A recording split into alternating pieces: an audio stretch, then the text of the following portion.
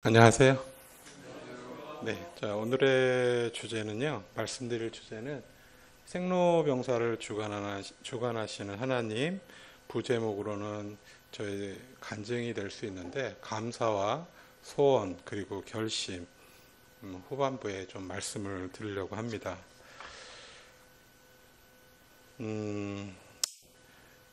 인생이 얼마나 헛되고 헛된 인생인지 우리 또 연륜이 있으신 우리 성도님께서는 잘 아실 거라고 생각이 됩니다. 특히 하나님을 모르던 시절에 그 붙잡았던 것들이 주님을 알고 난 후 얼마나 헛된 것인지 새삼 느끼게 됩니다. 사람이라면 모두가 경험하는 생로병사에 대해서 잠시 생각해 보는 시간을 갖도록 하겠습니다. 먼저 생로병사의 생입니다.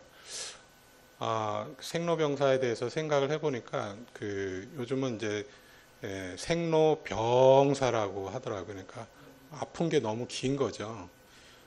저희 가족에서도 이제 아픔을 질병에 대해서 아주 새삼 깨닫게 됐는데 나고 죽는 것은 잠깐인데 늙고 병드는 거는 평생 동안 이루어지는 과정이라서 참 인생이 이런 부분에 있어서 상당히 좀 헛되다라는 생각이 들었습니다. 그래서 먼저 이 생은 다들 아시겠지만 이제 출생의 의미로 이 세상에 태어남을 의미합니다. 그래서 시편 말씀을 보니까 내가 제약 중에서 출생하였으며 어머니가 죄 중에서 나를 잉태하였나이다 라고 말씀이 있었습니다. 그래서 출생 자체가 죄를 갖고 태어났음을 알려주고 있습니다.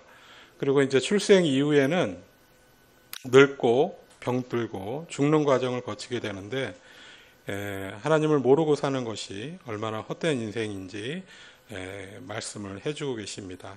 그래서 주님께서는 인생의 허무함을 아시고 거듭남의 비밀을 알려주셨습니다. 니고데모에게 말씀하신 내용인데요.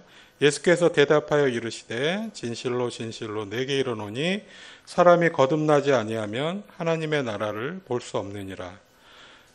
모태에 2번 들어갔다가 나는 것이 아니라 그 믿음을 통해서 영생을 얻는 거듭남의 비밀을 직접 주님께서 알려주셨습니다. 거듭남 이후에 우리가 사는 것은 그저 헛된 인생을 사는 것이 아니라 주님과 연합하여 자녀로서 복된 삶을 살아가는 것이라는 것을 알고 있어야 할 것입니다. 다음은 이제 생로병사의 이제 노를 생각해 보았습니다. 관련된 말씀은 또 시편에 있었는데요. 우리의 연수가 70이요 강건함은 80이라도 그 연수의 자랑은 수고와 슬픔뿐이요 신속히 가니 우리가 날아가나이다. 우리의 인생이 100년을 살지 못할 뿐 아니라 그 인생조차도 수고와 슬픔만 가득하다고 하셨고 날아갈 만큼 신속히 늙는다라는 것을 말씀하셨습니다. 특히 자신의 욕망만 채우고 살아가는 인생이 얼마나 부질없는 인생인지 평생을 세상이 거짓되게 알려주는 가르침에 속아서 출세와 부만 쫓고 살다가 호련히 죽음을 맞이하게 될 때 그 무엇도 죽음 위의 심판을 피할 수 없다는 것을 모르고 살아가는 것이 안타까울 뿐입니다. 그래서 이제 말씀을 찾아봤는데요. 그러면 성도의 늙음은 무엇인가? 성도의 늙음은 믿음의 분량이 더욱 자라 온전한 사람이 되어가는 과정이라고 나와 있습니다. 예배소서 말씀해 보니까 우리가 다 하나님의 아들을 믿는 것과 아는 일에 하나가 되어 온전한 사람을 이루어 그리스도의 장성한 분량이 충만한 데까지 이르느니 라는 말씀과 같이 구원받은 이후의 삶은 믿음에서 온전한 사람이 되기까지 성화의 과정을 거치는 일이라고 말씀하셨습니다. 또 한 구절 더 보겠습니다. 히브리서 말씀인데요. 장성한 자는 단단한 음식을 먹을 수 있는 자라고 하셨습니다. 단단한 음식은 장성한 자의 것이니 그들은 지각을 사용함으로 연단을 받아 선악을 분별하는 자들이니라. 이 말씀은 단단한 음식을 먹을 수 있는 자는 연단을 통해 믿음이 더욱 강건해지고 선악을 분별할 수 있는 지혜를 가진 자라고 말씀하시는 것 같았습니다. 그래서 바울 사도는 고린도후서 말씀에 그러므로 우리가 낙심하지 아니하노니 우리의 겉사람은 낡아지나 우리의 속사람은 날로 새로워지도다라고 말씀하셨습니다. 올해는 제가 이제 성경 교재반에 이제 들어가게 됐는데요. 우리 성경 교재반에 우리 형제 자매님들을 이렇게 보면서 존경하는 마음이 들었습니다. 겉사람은 갈수록 이렇게 좀 늙어지고 계시는 것 같은데 교제하는 말씀은 나날이 감동을 주고 깊이를 더해가고 있습니다. 이제 각자 이렇게 깨달은 말씀을 이렇게 직접 이제 한 사람 한 사람 이렇게 돌아가면서 이렇게 말씀을 해주시는데 제가 미처 깨닫지 못한 그런 말씀을 이렇게 알게 돼서 상당히 유익된 시간이라고 생각합니다. 다음은 이제 생로병사의 병입니다. 성경 속에서 이제 질병들을 찾아봤는데요. 뭐 고창병, 악질, 악창, 뭐 손마름병, 나병, 중풍병 여러 가지 질병에 걸리는 환자들이 나옵니다. 고창병은 그 심장이나 신장에 물이 차는 병이라고 하고요. 악질은 신명기 7장에 나오는 감염병 종류라고 합니다. 그리고 신약에만 등장하는 중풍병은 그 뇌출혈 등으로 인해 신경이 눌려 일어난 일종의 마비 증상이라고 합니다. 여기에서 이제 제가 한 가지 이제 의문이 들었던 게요. 병에 걸리는 것은 누가 걸리게 하는 것일까라는 생각이 들었습니다. 하나님은 거룩하시기 때문에 악을 창조하거나 악을 용서하실 수 없다는 것을 우리는 모두 알고 있습니다. 그래서 죄나 질병, 고통, 죽음 등은 하나님께로부터 나오는 것이 아니고 그분은 빛이시기 때문에 그분 안에는 또 어둠이 조금도 없으시기 때문에 이것은 하나님에부터 나오는 것이 아니라 이제 다음 성경 말씀을 보면 이제 이런 말씀이 있습니다. 누가복음 말씀에 주님은 등이 꼬부라진 채 앉아 있는 여자를 바라보시면서 그가 이제 18년 동안 사단에게 매인바되었다고 말씀하셨거든요. 그리고 또 고린도후서 말씀에 보니까 바울은 자신의 육체의 가시를 가리켜서 사단의 사자라는 표현을 썼습니다. 그래서 사단이 인류의 모든 문제 뒤에 숨어 있는 죄의 원인자라고 볼 수 있다고 봤습니다. 그래서 하나님은 종종 어떤 일이 행해지도록 허락하시는 것을 볼 수 있습니다. 이스라엘 민족이 훨씬 더 짧은 길로 약속의 땅으로 인도하시는 것이 하나님의 직접적인 뜻이었음에도 불구하고 이스라엘로 하여금 광야에서 40년간 방황하도록 허락하신 거죠. 그래서 하나님은 언제나 지배권을 가지시고 사단과 인간의 악을 허용하실 때조차도 자신의 영광을 위해서 그리고 그러한 공경을 당하는 자들의 축복을 위해서 질병이나 고통, 비극 등을 이런 악들을 다스리시는 거라고 생각이 들었습니다. 그래서 이제 질병은 고통을 가져오게 되는데요. 제가 2달 전에 이제 사랑니가 이제 너무 아파가지고 결국 이제 뽑게 됐는데 그 치통이 너무 지독해서 사람이 느낄 수 있는 고통의 순위를 한번 찾아봤습니다. 그랬더니 치통은 13위밖에 안 되더라고요. 치통도 이렇게 아픈데 이보다 더한 그 고통이 있을 수 있을까? 특히 이제 병에 걸리거나 그럴 때 이제 고통을 많이 느끼잖아요. 그래서 그 위에 상위 고통을 한번 찾아봤더니 이제 이 중에는 이제 저도 걸렸던 이제 병이 있는데 이제 7위는 이제 암에 의한 통증이더라고요. 초기나 중기. 그리고 이제 만성요통 이게 비슷한지 모르겠던 제가 이제 요로결석에 걸려가지고 그걸 뭐 충격파로 깨는 걸 했는데 요로결석도 엄청난 그 고통이더라고요. 그래서 이런 고통들 이제 생각을 하면서 이제 주님께서는 십자가에서 얼마나 큰 고통을 느끼셨을까. 창조주 되신 하나님께서 이제 사람으로 오셔서 그 인간과 같이 사셨고 상상하기 어려운 십자가의 고통을 느끼셨다고 생각을 하니까 감사한 마음이 들었습니다. 다음은 이제 생로병사의 사입니다. 히브리서 말씀에 모두가 아시는 말씀인데요. 한 번 죽는 것은 사람에게 정해진 것이요 그 후에는 심판이 있으리니 죽음은 모두에게 오는 겁니다. 죄 중에 태어나 구원받지 못하고 죽는 것은 가장 안타까운 일이기에 이제 교회에서도 우리 모임에서도 영혼의 구원을 위해 열심을 내고 있는 것이겠죠. 그리고 고린도전서 말씀을 또 보니까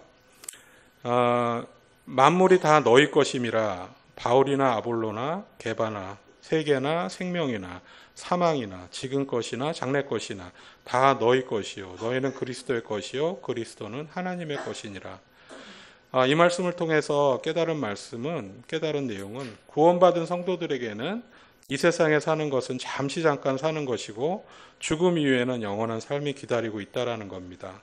그래서 죽음은 사망의 나라에서 생명의 나라로 옮기는 과정일 뿐이고요. 그리고 우리는 풍성한 생명과 영원한 생명인 그리스도의 생명을 지니고 있습니다. 그래서 우리의 생명은 허망하지 않고 고통스러운 생명이 아니라 뜻깊고 목적이 분명하고 상급이 기약된 생명이라고 볼 수 있습니다. 그리고 사망도 우리의 것입니다. 그래서 우리는 더 이상 죽기를 무서워하여 일생에 매여 종노릇하지 않습니다. 이제 죽음은 우리의 영혼을 천국으로 인도하는 하나님의 사자라고 볼 수 있습니다. 그러므로 죽는 것은 얻는 것이라고 생각할 수 있습니다. 그래서 이제 지금부터는 이제 생로병사를 통해 이제 저희 가족이나 저에게 있었던 그런 제 삶 속에서 간증을 한번 말씀드리려고 합니다. 먼저 감사와 관련된 말씀을 몇 구절 찾아보겠습니다. 골로새서 2장 말씀인데요. 그 안에 뿌리를 박으며 세움을 받아 교훈을 받은 대로 믿음에 굳게 서서 감사함을 넘치게 하라고 하셨고요. 골로새서 또 4장에는 기도를 계속하고 기도에 감사함으로 깨어 있으라고 말씀하셨습니다. 두 구절 더 보겠습니다. 데살로니가 전서 5장에는 범사에 감사하라. 이것이 그리스도 예수 안에서 너희를 향하신 하나님의 뜻이니라. 그 다음 빌립보서에서는 아무것도 염려하지 말고 다만 모든 일에 기도와 간구로 너희 구할 것을 감사함으로 하나님께 아뢰라 라고 말씀하셨습니다. 그래서 지난 한 해를 생각하며 이제 새해잖아요. 그래서 감사할 것들을 생각해 봤습니다. 그동안 저희 가족에 베풀어 주신 은혜 중에 어떤 것들이 감사했는가. 그래서 이제 첫 번째부터 이제 말씀을 드리면 첫 번째는 이겁니다. 희준이가 병원에 가지 않아도 되는 일입니다. 그 사진에 거기 보면 명찰 있잖아요. 이거는 이제 희준이가 입원할 때마다 배부받았던 보호자 명찰입니다. 이게 쌓일 때마다 이제 이것도 지금 다 모은 게 아니고요. 한 3분의 한 2 정도. 그러니까 그냥 이제 그 항암 치료나 그 장폐색 하게 될 때 보통 2주, 3주 이렇게 입원할 때 이 명찰을 걸고 이제 함께 숙식을 하면서 이제 병원에 있어야 되는데 이 병원에 가지 않아도 된다라는 것이 얼마나 지금 이제 감사한지 모르겠습니다. 그래서 이렇게 자녀가 그 고통스러워하는 모습을 볼 때 부모의 마음은 이루 말할 수가 없습니다. 특히 이제 장폐색증으로 반복적으로 입원할 때는 정말 마음이 아팠습니다. 이 모든 과정을 거치고 이제 아파서 입원만 하지 않아도 얼마나 감사한 일인지는 이거 겪어보지 않은 사람은 잘 모릅니다. 네, 이렇게 숙식을 옆에서 이렇게 하는 거예요. 그냥 근데 이게 보통 하루로 끝나는 게 아니라 이제 1년 동안 이제 항암 치료할 때는 2주 입원하고 뭐 3주 쉬었다가 또 2주 돌아가서 항암 주사 맞고. 그러니까 이제 부모도 사실 녹초가 되는 거죠. 그다음 이제 두 번째 감사할 내용은 이제 희도가 혼자 독일 유학길에 올랐는데 잘 적응하고 있습니다. 그래서 너무 감사가 되고요. 아시다시피 이제 희도가 우여곡절 끝에 육군사관학교 갈 때만 해도 이제 안정적인 군인의 길을 가나 보다 싶었는데 결국은 또 자퇴를 하고 작년 7월 15일에 독일 유학길에 떠났습니다. 그래서 독일에서 아르바이트를 하면서 생활비를 벌다가 현재는 한국계 회사 인턴 생활을 하면서 생활비를 벌고 있습니다. 혼자 살 집도 얻어서 뭐 새해에는 이렇게 떡국도 잘 해먹었다고 합니다. 다만 독일에 있는 모임에 꾸준히 나가는지는 확인할 수 없어 이 점이 좀 안타깝긴 합니다.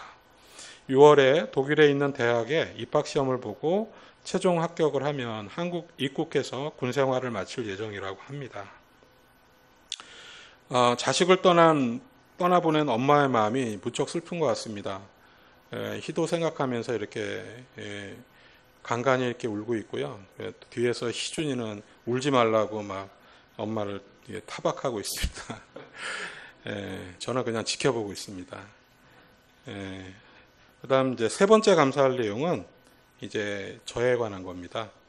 학교에서 제 역할을 이제 잘 수행하게 하시고 정말 많은 일들이 있었습니다. 잘 넘어가게 하신 일에 감사가 됐습니다. 지난 서희초 교사 사망 사건으로 인해서 학교마다 민원 대응팀이 만들어져서 관리자가 중심이 되어 이제 민원을 해결하게끔 변경이 되었습니다. 그러다 보니까 지금 근무하는 학교가 대규모 학교입니다. 그래서 학부모 민원이 많고 그 중에는 이제 악성 민원이 있어서 대처하는 것이 힘들 때가 많습니다. 뭐 때로는 정말 말도 안 되는 일을 가지고 이제 민원을 제기하는 일도 있고 모든 책임을 이제 학교에 묻는 경우도 많이 있습니다. 그럴 때마다 굉장히 억울한 생각도 드는데 저보다 더 억울한 분은 주님이 계시기 때문에 저보다 더 억울한 일을 당하신 주님을 생각하면서 고난받는 것도 이것도 하나의 고난이다 생각하고 감내하고 있습니다. 그 다음에 이제 네 번째는 이제 돌아보니까 제가 이제 서울 잠실교회 온 지가 이제 3년이 좀 넘었더라고요. 그래서 여기 와서 모임 생활을 잘 적응하게 하신 일입니다. 우리 모임의 첫 시작은 저는 이제 청년회 때 영등포 모임에서 시작을 했고요. 그리고 이제 거기서 결혼을 하고 관악 모임으로 갔다가 인덕원 모임으로 갔다가 이제 판교 한가족교회로 갔는데 완전히 그냥 기성교회처럼 돼서 이제 실망을 하고 이제 안 가게 됐고 또 마침 이제 막 직장을 이제 옮겨 다니는 과정 속에서 모임 생활을 이제 못 하게 됐습니다. 그러다가 이제 희준이가 이제 질병을 이제 말씀드린 그 병을 앓게 돼서 이제 서울 잠실 모임에 오게 되었고 이제 온 지가 이제 한 만 3년이 넘어가고 있습니다. 그리고 이제 매주 이제 드리는 감사 경배, 그다음에 간간히 찾아오는 오늘과 같은 수요 간증, 그리고 50세 이상 참여하는 만점 봉사도 주님이 주시는 능력의 범위 안에서 수행하고 있습니다. 그리고 찬양팀이 생겼는데요. 좀 작년 이제 말부터 시작하고 있는데 제가 힘이 붙여서 이건 곧 그만두게 될 것 같습니다. 왜냐하면 이제 이 다리가 근육이 빠져가지고 이게 참 발로 이제 킥을 잘 차야 되는데 이게 잘 안 차면 이게 박자가 계속 느려지거든요. 그러면 이제 사실은 드러머에서 생명은 이 빠르기를 맞춰주는 건데 이 빠르기가 안 나오면 드럼 치는 사람은 이제 수명이 다 했구나 그런 생각이 들 수밖에 없어요. 그래서 어쩔 수 없이 이제 제가 볼 때는 이제 제 스스로 이제 빠르기가 안 나온다 싶으면 이제는 그만둬야 될 때가 왔구나. 사실은 많이 쳤어요. 대학교 그룹 사운드부터 시작을 해서 뭐 직장인 밴드 시작하고 뭐 학교에서 교사 밴드 뭐 이렇게 하다 건 40대 뭐 한 중순 말까지 했기 때문에 이제 너무 이제 뭐 할 만큼은 다 했는데 우리 찬양팀이 생겼다고 하길래 그래 찬양팀에서 일단 시작은 해야 되겠다. 그래서 좀 정착이 되면 이제 그때 좀 빠져야 되겠다. 그런 생각으로 시작을 하고 있습니다. 자, 그래서 마태복음 이제 하기 전에요. 그 다음에 이제 제가 소원하고 있는 내용이 있는데요. 그래서 소원에 관한 이제 말씀을 찾아봤습니다. 예, 소원은 과연 이루어지는 것일까? 그랬더니 창세기 말씀해 보니까 하나님이 라헬을 생각하신지라 하나님이 그의 소원을 들으시고 그의 태를 여셨으므로 라는 말씀을 통해서 하나님께서 소원을 들으시고 응답하신다라는 사실을 알게 됐고요. 마태복음 또 15장 말씀해 보니까 이에 예수께서 대답하여 이르시되 여자여 내 믿음이 크도다 내 소원대로 되리라 하시니 그때로부터 그의 딸이 나으니라. 이 말씀과 같이 주님께서는 믿음을 보시고 여자의 소원대로 딸의 병을 낫게 하셨습니다. 그래서 제 소원을 이제 생각을 해봤습니다. 그래서 첫 번째 소원은 뭐니 해도 이제 희도가 회개하고 구원을 받아 모임 생활을 잘 하는 일입니다. 희도가 자신의 목표를 이루기 위해 지금 해외에 있다 보니 부모의 통제에서 벗어나 생활하게 되고 구원의 기회를 접하지 못하는 것이 참으로 안타깝습니다. 그래서 회개는 자기 뜻대로 가던 길을 멈추고 주님께 돌아오는 것인데 지금 계속 자기 길을 가고 있어서 참 걱정이 많이 됩니다. 모임과 멀어지는 시간만큼 마음이 더 굳어지고 주님께 돌아오기 힘듦을 알고 있기에 희도가 마음이 열리기를 항상 기도하고 있습니다. 그 다음 두 번째는 이제 역시 희준이에 관한 건데요. 아직까지는 이제 건강이 완전히 회복하지 않은 상태라서 완전히 회복해서 이제 주 안에서 소망을 갖고 자신의 삶을 잘 영위했으면 좋겠습니다. 그동안에 힘들었던 그 질병의 고통에서 벗어나서 이제 자신의 삶을 자신감을 갖고 이제 성인으로서 이제 자신의 길을 잘 걸어갈 수 있도록 간절히 기도하고 있습니다. 그 다음 세 번째는 이제 저희가 이제 한동안 모임 생활을 안 하다 보니까 이제 아무래도 이제 그 주님께 소망을 두기보다는 세상의 가치나 어떤 욕심을 채우려고 살다 보니까 저희 가족에게 힘든 일을 허락하지 않으셨나 그런 생각이 들었습니다. 그것이 질병이 될 수도 있고 또 여러 가지 직장의 어려움이 될 수 있었는데 이런 모든 것들이 저희의 가치관이 이제 주님께 있다기보다는 이제 세상의 어떤 욕심이라든지 세상의 가치에 너무 빠져 살았다라는 생각을 하게 되었습니다. 그래서 이제 도전이 되는 말씀을 찾아봤습니다. 그래서 야고보서 2장 8절에 보니까 너희가 만일 성경에 기록된 도로 내 이웃 사랑하기를 내 몸과 같이 하라 하신 최고의 법을 지키면 잘하는 것이거니와 그 다음에 신명기 6장 말씀에 너는 마음을 다하고 뜻을 다하고 힘을 다하여 내 하나님 여호와를 사랑하라. 이 두 가지 말씀이 정말 가장 도전이 되고 가장 어려운 말씀인 것 같습니다.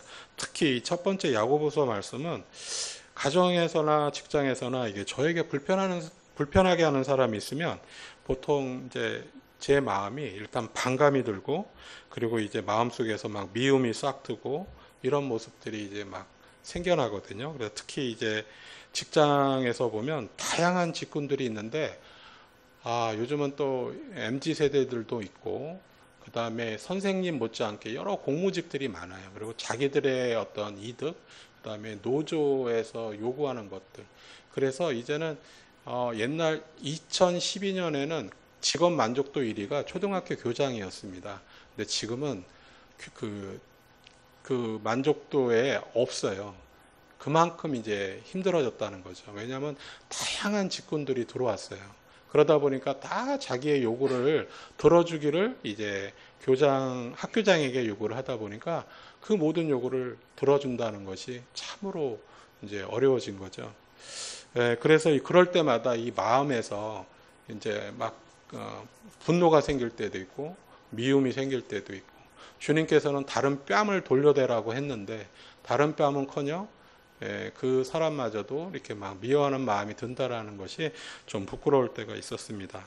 이제 3월부터는 이제 새로운 학교 교장으로 발령이 났습니다. 그래서 이제 정말 이제 교감까지는 이제 교장 선생님에게 이렇게 밀어서 책임을 떠넘겨드리기도 할 수도 있었는데, 이제는 제가 모든 책임을 져야 되는 위치에 있기 때문에 이제는 그런 사람들까지도 다 이해하고 또 다가갈 수 있도록 노력해야 되고, 그럴 수 있기를 기도하고 있습니다.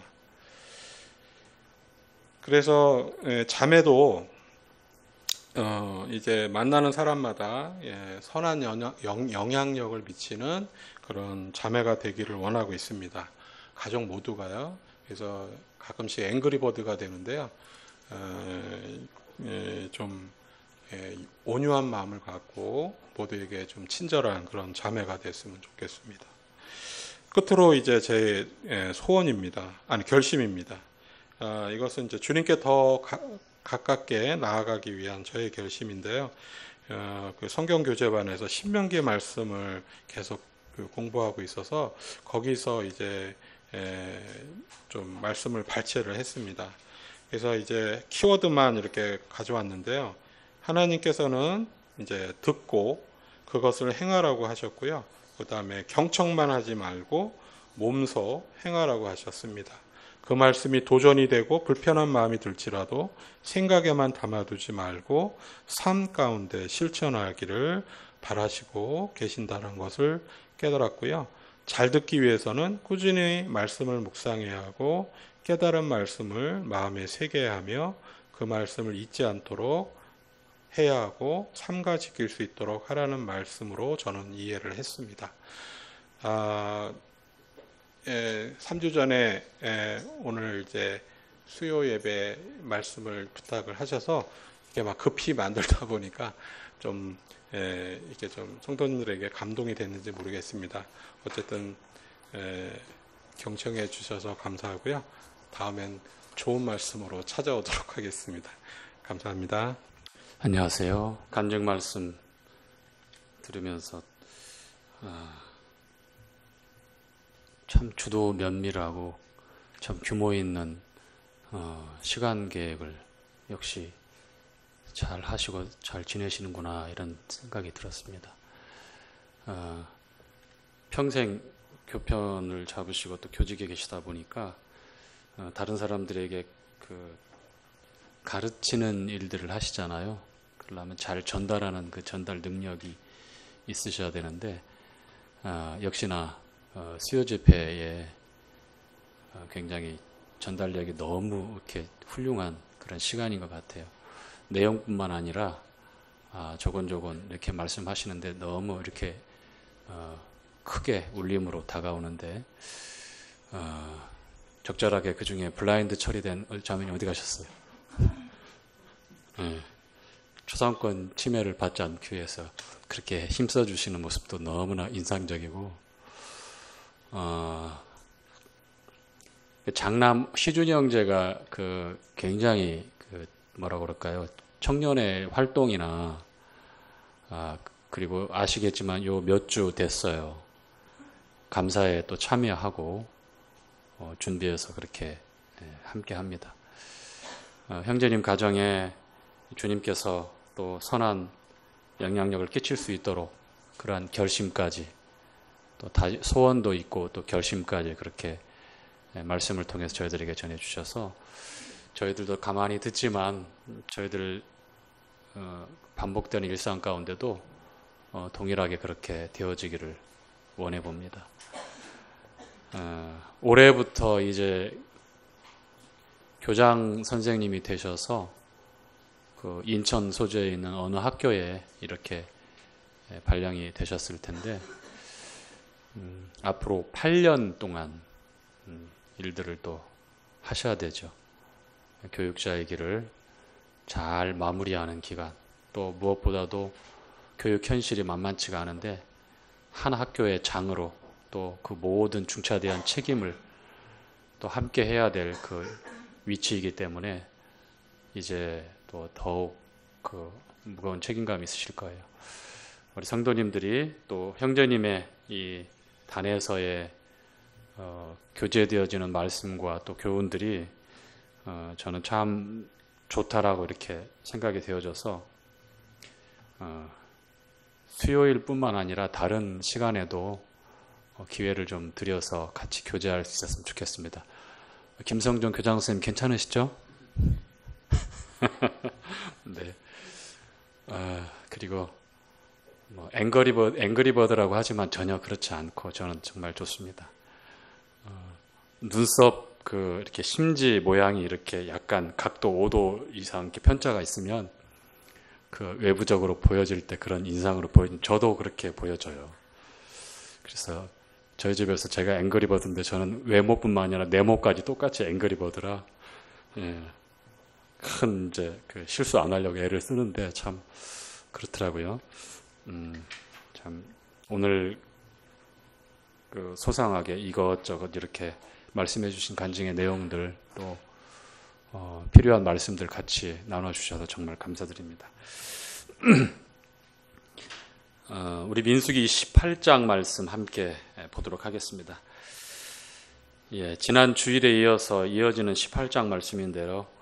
16장, 17장에 이스라엘 백성들의 불신과 모세, 아론의 지도와 리더십에 대한 반역이 구체적으로 남아 있었고 하나님께서는 세 번에 걸쳐서 하나님의 질서와 그 리더십을 세워주셨을 뿐만 아니라 그 내용이 고라와 그 가족들이 한꺼번에 멸망을 당하게 되고 다단과 아비람 또 250명의 이스라엘의 지도자들이 향로를 가지고 하나님 앞에 나섰지만 하나님의 불로 또 동일하게 멸망을 당하고 그리고 세 번째 아론의 쌍난 지파를 통해서 이스라엘 백성들에게 표징을 주시고 다시는 그와 같은 반역의 욕심을 품지 말고 하나님의 말씀을 순종할 뿐만 아니라 그 질서와 또 리더십에 대해서 순응하기를 또 바라셨고 그 증거물로 분명하게 나타내 보이셨다고 하는 내용까지 그렇게 우리가 교제를 했습니다.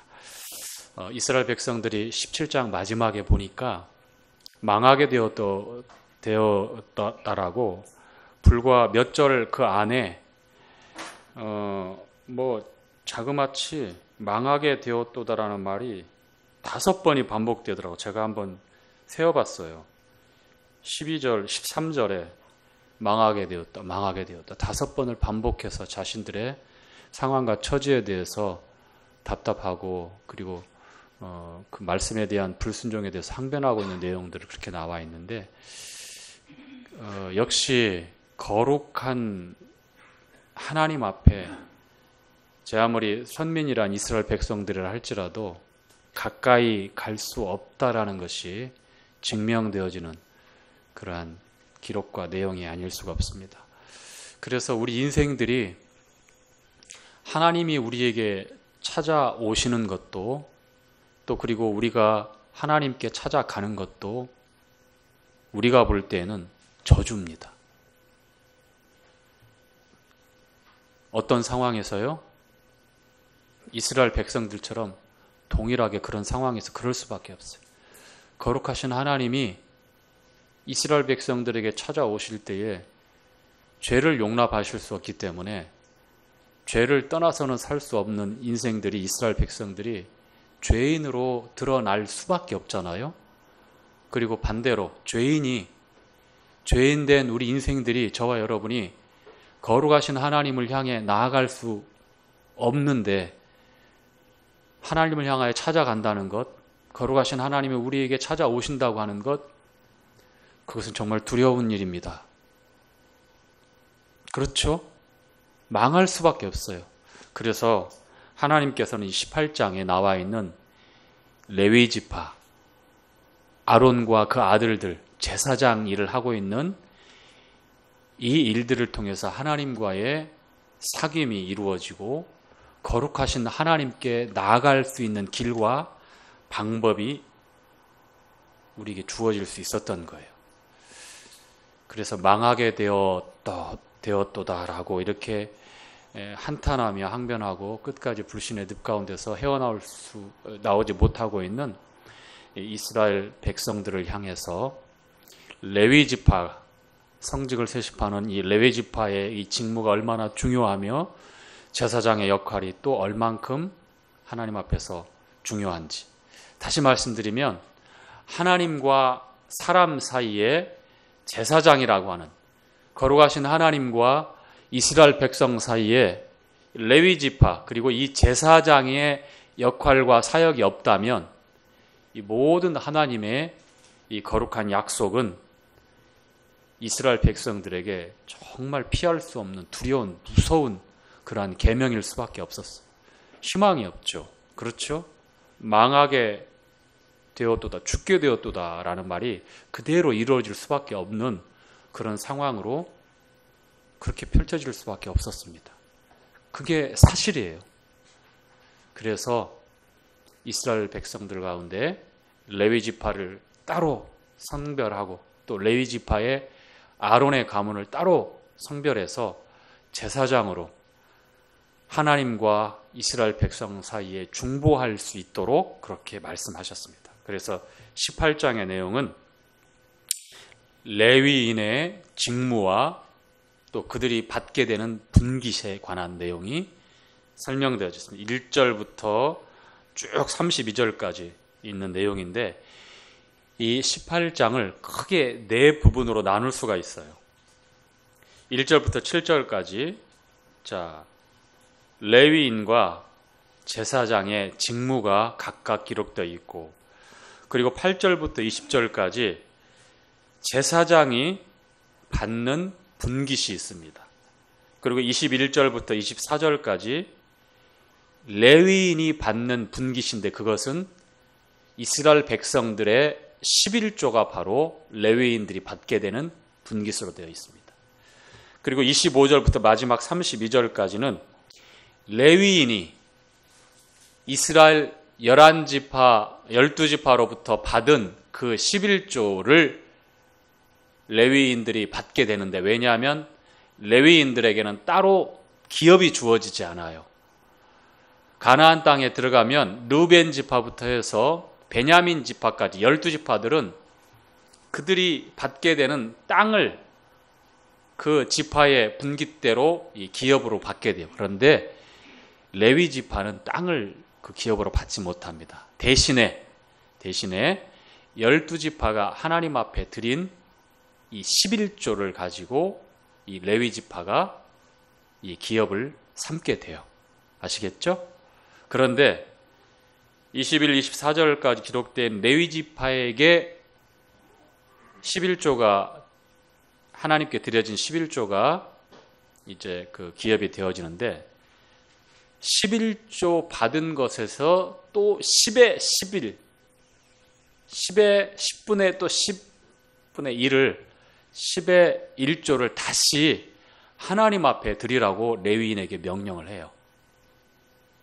그것은 하나님께 드려지는 것이지만 제사장의 또 분깃이 되어집니다.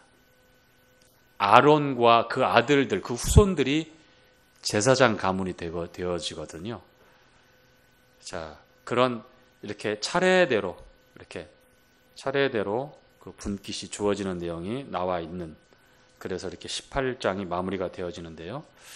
자, 이 내용 가운데 중요한 부분만 우리가 한번 살펴보면서 18장 내용을 함께 교제해 보도록 하죠. 자, 18장 1절에 보니까 여호와께서 아론에게 이르시되, 참 어색한 표현이기도 해요. 왜 그렇죠? 항상 여호와께서 모세에게라고 이렇게 모세를 그 중재자로, 그 중보자로 두고서 말씀을 하셨는데 18장 내용에 보니까 아론에게 직접 이르시되라고 이렇게 말씀을 하십니다.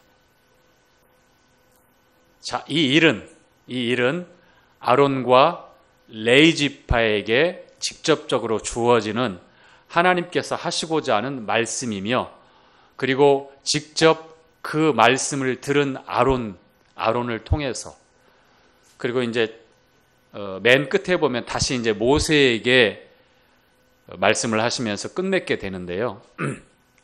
이 18장 내용 그래서 특별합니다. 이 제사장인 아론, 대제사장인 아론을 통해서 이 말씀이 주어지게 됩니다. 자, 쭉 이어지는 말씀에 보면 너와 내 아들과 내 아들들과 내 종족은 성소에 대한 죄를 함께 담당할 것이요 너와 내 아들들은 너희가 그 제사장 직분에 대한 죄를 함께 담당할 것이니라. 자, 이 담당이라는 말씀을 이렇게 반복하시는데 이 제사장 가문인 아론과 그 아들들이 어떻게 그 하나님께 받은 말씀과 그 성직을 담당해야 되느냐, 그 책임과 그 역할에 대한 중요함을 이렇게 말씀을 하고 있는 겁니다. 담당한다. 그 죄에 대한 것도 담당하는 것이요. 즉 성소에서 이루어지는 잘못되어진 일들, 이 성소에서, 왜냐하면 아론과 그 아들들에게 주신 고유한 책무이거든요. 레위 지파조차도 이 성소에 사는 일들은 할 수가 없어요. 레위 지파는 성소에 가까이 이르면 안 됩니다. 제한적으로 몇 가지 일을 할 때만 허락되어진 상황에서 이 성소를 출입할 수 있었습니다. 그 외에 모든 성소에서 되어지는 일들은 이 아론과 그 아들들, 이 제사장들만이 할 수 있었어요.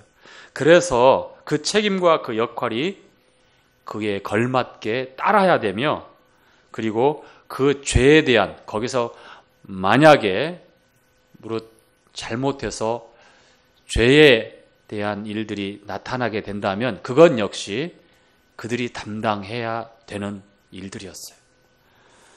자, 한 장 넘기시면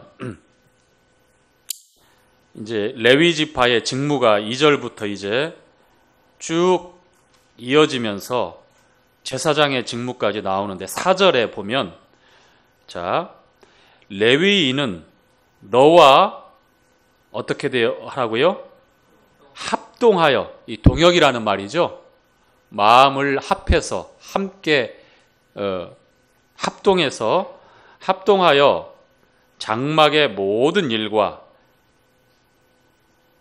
회막의 직무를 지킬 것이요 외인은 너희에게 가까이 못할 것이니라. 자, 4절에 있는 말씀 그대로 대제사장 아론과 그 아들들 제사장들과 함께 레위인들이 합동해서 게르손 자손, 고앗 자손, 무라리 자손들이 어떻게 하라고요? 합동해서 동역하라는 말이에요. 동역해서 이 성소를 중심으로 해서 하나님 앞에 봉사해야 될 일들을 말씀합니다. 자, 그러면서 이제 7절까지 쭉 이어지는 말씀에 보니까 제사장에게 주어지는 그 몫이 있어요. 자, 그 전에 자, 6절 말씀 보시죠. 6절 말씀 함께 읽겠습니다. 6절 시작. 보라, 내가 이스라엘 자손 중에서 너희 형제 레위인을 취하여 내게 돌리고 너희에게 선물로 주어 회막의 일을 하게 하였나니. 7절까지 너와 내 아들들은 단과 장 안의 모든 일에 대하여 제사장의 직분을 섬기라. 내가 제사장의 직분을 너희에게 선물로 주었은즉 거기가 가까이 하는 외에는 죽을지. 자, 여기 보니까 선물이 두 번 나오죠. 6절에 7절에 한 번. 6절에 있는 선물은 주를 위한 예물이에요. 예물. 주를 위한 예물로 레위인이 제사장에게 주어진 겁니다. 그리고 7절에는 이 제사장 직분은 무엇이다? 하나님이 주신 선물이다. 선물은 무엇이죠? 그 사람의 자격과 능력과 어떤 조건을 보고 주는 게 선물일까요? 자, 에베소 2장에 보니까 구원은 선물이라고 말씀하죠. 믿음은 하나님의 선물이라고 말씀하죠. 은혜를 인하여 주어진 선물이에요. 선물. 자, 그래서 아론과 그 아들들은 어깨에 힘이 들어갈 필요가 없어요. 그럴 이유가 없어요. 모든 시작하는 동기가 하나님이 내게 주어진 선물이기 때문에 자격이 안 되고 조건이 안 되며 능력이 없었지만 하나님께서 주신 선물이기 때문에 더욱 겸손하게 감사함으로 그 일을 감당하는 거예요. 마치 고라와 그 일당들이 반역하면서 상대적으로 비교해서 우리도 못난 게 없다, 경쟁하는 마음으로 우리도 이 일을 잘할 수 있다라 그런 게 아니에요. 사실 아론을 우리가 가만히 그 아론의 행적을 추적해 보면 어떤가요? 그가 제사장으로서 그런 자격이 주어질 만한 사람입니까? 자, 모세가 십계명을 받으러 어디에 올라갔어요? 시내산에 올라갔죠. 40일 동안 금식하면서. 자, 그런데 안 내려오고 좀 늦어지니까 어떻게 됩니까? 백성들이 그 사이 참지 못하고 우리를 위하여서 애굽에서 우리를 인도해낸 하나님, 우리가 보이지 않는데 보이는 그 하나님을 만들어내라. 아론을 막 이렇게 막 푸시하니까 아론이 어떻게 했습니까? 금귀걸이 다 가져와라. 그리고 주조해가지고 뭘 만들어냈어요? 금송아지를 만들어냈죠. 보아라! 바로 우리를 인도한 하나님이다 하고 그 앞에서 분향하고 제사 지내고 심지어는 음행을 일삼으면서 아주 백성들을 죄짓게 했던 그러한 장본인 아닙니까? 아론의 어마어마한 실수가 있잖아요. 그렇죠? 그뿐인가요? 누나 미리암과 더불어 모세에게 정면으로 반기를 들었죠? 그렇죠? 아론을 면면히 보면 하나님 앞에 대제사장으로 그렇게 세움받아서 백성들 앞에서 중보할 그러한 인재가 아닌 것 같아요. 여러분 어떻게 생각하십니까? 나중에 모세가 내려와가지고 아론을 추궁하잖아요. 이게 무슨 짓이냐? 아니, 금고리를 불에다 던졌는데 저 금송아지가 나와버렸다. 말도 안 되는 이런 말을 하잖아요. 자기도 자기 잘못했다는 걸 아니까. 결국은 그거를 녹이고 빻아서 이제 그거를 아주 가루로 빻으면 그게 이제 금가루가 아주 이 화학 성분에 의해서 어떻게 되냐면 붉은 물이 또 된다고 합니다. 그게 숨겨져 있는 이제 비밀도 있는데 결국 그러한 뭐 우여곡절을 겪기도 하지만 아론을 가만히 여러분 생각해 보십시오. 얼마나 모자란 사람입니까? 그렇죠? 좀 죄송합니다. 대제사 아론 부족하고 모자라죠. 진짜 이스라엘 백성들에게 올무를 놓았던 그렇게 했음에도 불구하고 지도자면은 지도자답게 거기서 완강히 거부하고 모세 내려올 때까지 맞아 죽을 각오를 하고 버텨야 되죠. 안 그렇습니까? 그런데 금방 어떻게 해요? 우상숭배 하게끔 했던 그리고 반역의 최전선에서 그런 사람 아니었어요? 그런데 하나님께서 어떻게 합니까? 내가 제사장의 직분을 너희에게 선물로 주었은즉 거기 자 사실은 이 레위 지파의 일들이 그들이 하는 일들이나 이 아론과 그 아들들이 감당하게 되는 이 제사장의 일들은 사실 우리에게 고스란히 적용할 수 있는 것들이에요. 특별한 것들이 아니잖아요. 그렇죠? 베드로전서 2장 9절부터 이어지는 말씀을 보면 신약교회 성도들을 가리켜서 왕가의 제사장이라고 하잖아요. 그렇죠? 로얄 프리스후드. 왕 같은 제사장이 아니라 왕가의 제사장. 계시록에서는 우리를 하나님 앞에 왕으로 제사장으로 하나님 앞에 드렸다고 얘기합니다. 왕같이 드린 게 아니라 왕이 아닌데. 왜냐하면 주님과 함께 철장으로 왕으로 다스리기 때문에 그렇게 우리 신분을 왕가의 제사장이라고 이렇게 말씀을 하시는 거예요. 자, 우리에게 주어진 이 위대하고 영광스러운 직분이 하나님께서 우리에게 주어진 선물이란 말이에요. 선물.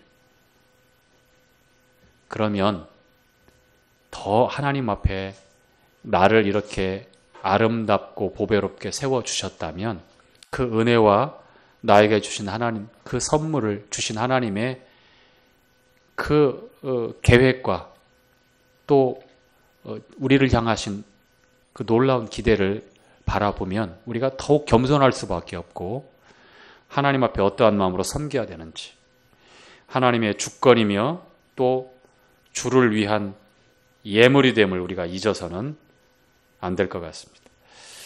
그리고 이제 8절부터 21절까지 쭉 해서 이제 나오는 내용에 보면 20절까지 이제 제사장이 받게 되는 이제 분깃이 나오는데 거기에는 거제가 나오고 요제가 나오고 또 특별히 드려진 희생물이 나오고 그 다음에 또 헌물들이 또 나옵니다.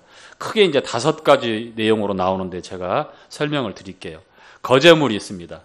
이제 15절 나오고 이제 그 19절부터 21절까지의 내용이 또 나오는데 이 거제물은 그 한문의 표시 거제, 요제, 거제는 들것자예요. 들것자.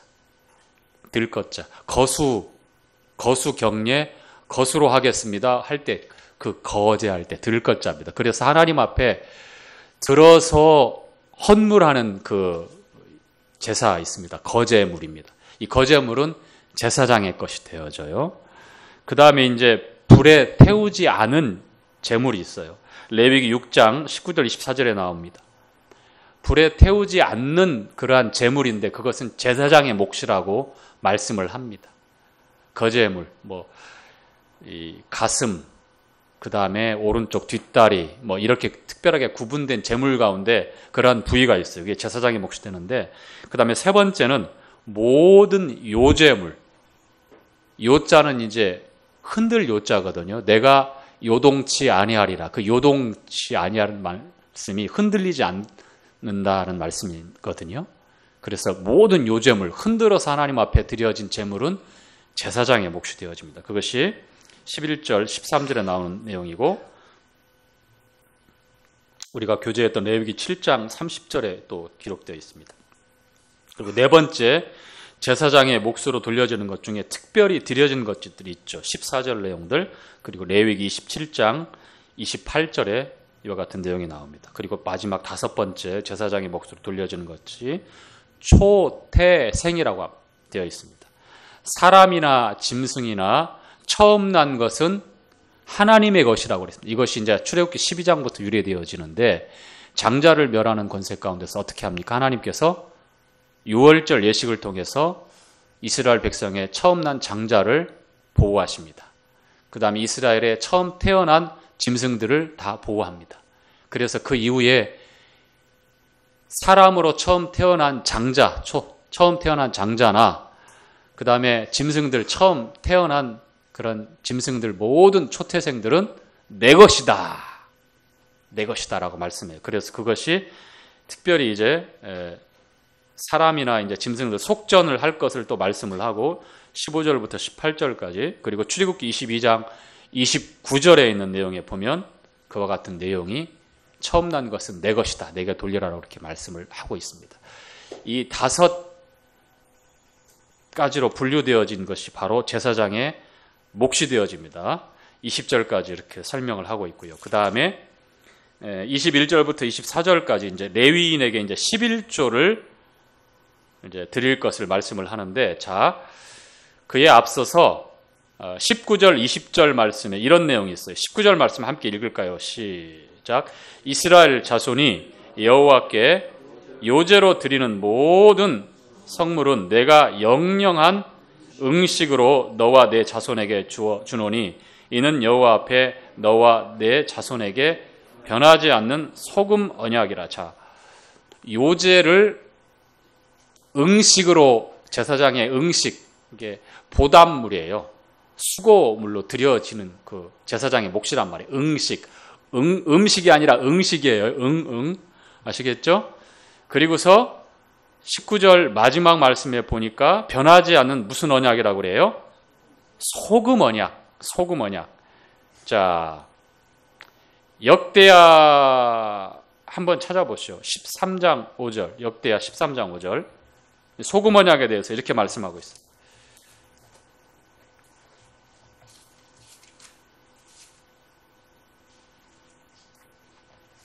자, 역대하 13장 5절.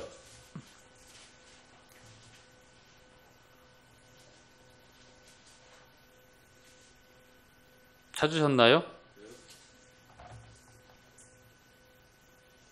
자, 함께 읽죠. 이스라엘 시작. 이스라엘 하나님 여호와께서 소금 언약으로 이스라엘 나라를 영원히 다윗과 그 자손에게 주신 것을 너희가 알 것이 아니냐. 여기서 다윗과 그 자손들에게 이스라엘에 뭘 줬다고요? 소금 언약으로 이스라엘 나라를 영원히 주셨다고 말씀하죠. 그런데 그 약속을 소금 언약이라고 말씀합니다. 이것은 레위기 2장 그 13절에도 한 번 더 말씀을 하고 있는데, 이 소금 언약이라고 말씀하실 때는 변하지 않는 영원한 언약을 나타낼 때에 소금 언약이라고 말씀을 합니다. 아시겠죠? 예. 제사장들에게 응식으로 주어졌던 것들을 소금 언약이라고 말씀하는 것. 변하지 않는 하나님의 약속을 나타냅니다.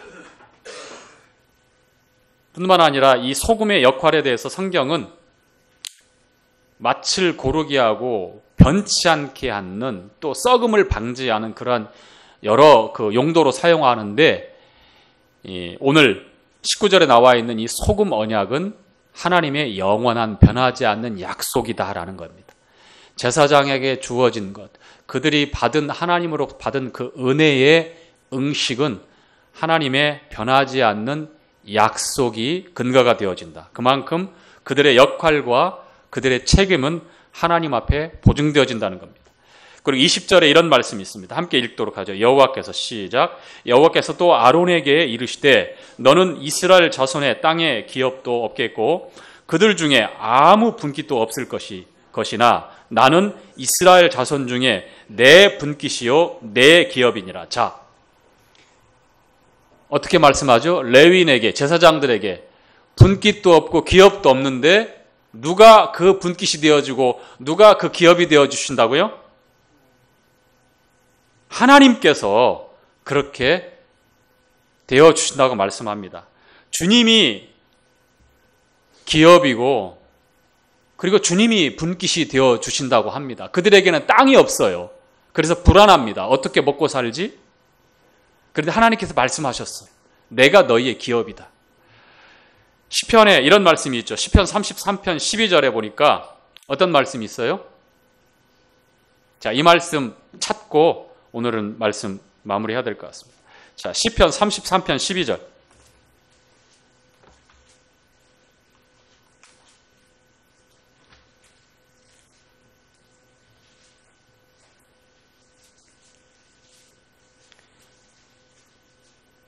여호와로 시작. 여호와로 자기 하나님을 삼은 나라 곧 하나님의 기업으로 빼신 바 된 백성은 복이 있도다. 자, 어떤 백성이 복이 있어요? 한마디로 말하면 하나님을 복으로, 기업으로 삼는, 하나님을, 주님을 기업으로 삼는 그 백성, 빼신 백성이 누굽니까? 이스라엘 아닙니까? 복이 있다라고 말씀을 하시는 거예요. 자, 한 구절 더 보도록 하죠. 시편 73편 28절.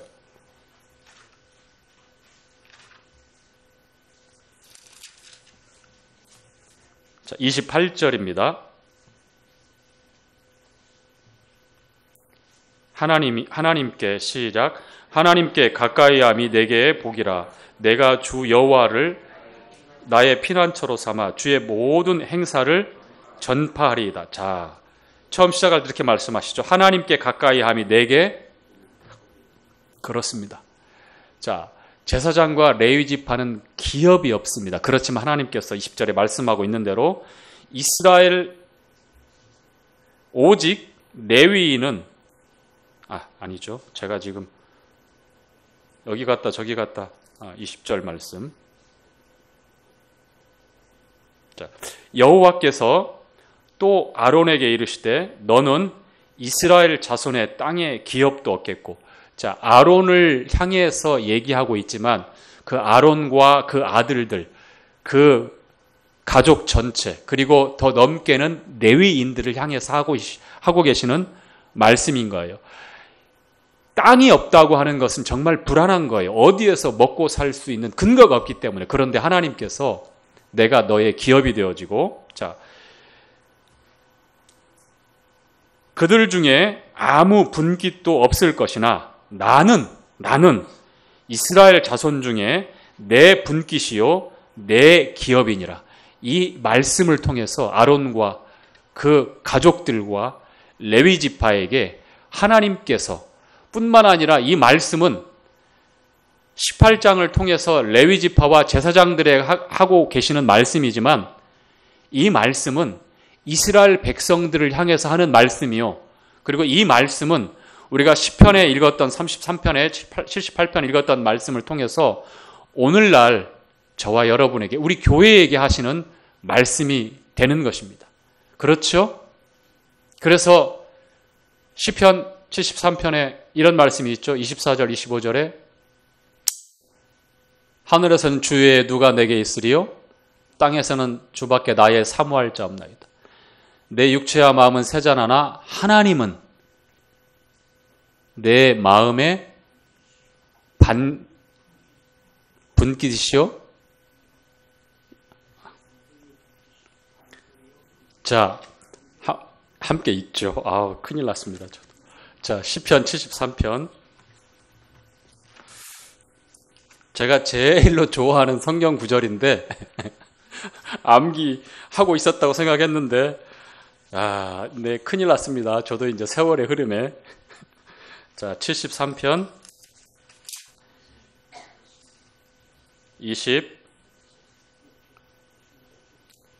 25절, 26절 함께 읽죠. 시작. 하늘에서는 주 외에 누가 내게 있으리요? 땅에서는 주밖에 나의 사모할 자 없나이다. 내 육체와 마음은 쇠잔하나 하나님은 내 마음의 반석이시요 영원한 분깃이시라. 자, 이 말씀이 20절 말씀을 통해서 우리에게 하시고자 하는 하나님 말씀의 같은 내용이시죠. 그렇죠? 오늘 이 말씀 끝으로 우리가 함께 읽었던 말씀을 통해서 하나님이 내 마음의 반석이시요 영원한 분깃이 되신다고 하시는 말씀을 통해서 이제 못다한 11조에 관한 말씀이 나오는데 이 말씀과 연결이 되어집니다. 가치관과 우선순위가 어떻게 되며 가장 좋은 것을 구별해서 하나님께 드리라고 했을 때에 그 10의 11조가 그렇게 드려져야 되거든요. 가장 귀한 것, 아름다운 것, 나의 반석이 되지 못하고 영원한 분깃이다라고 이렇게 고백을 하지만 실제로 우리 삶에 그 말씀이 이루어지지 않으면 이 말씀은 저만치 울리고 사라지는 그러한 소리로만 남을 것 같아요. 다음 주에 이어서 함께 교제하도록 하고 오늘 교제 마치도록 하겠습니다.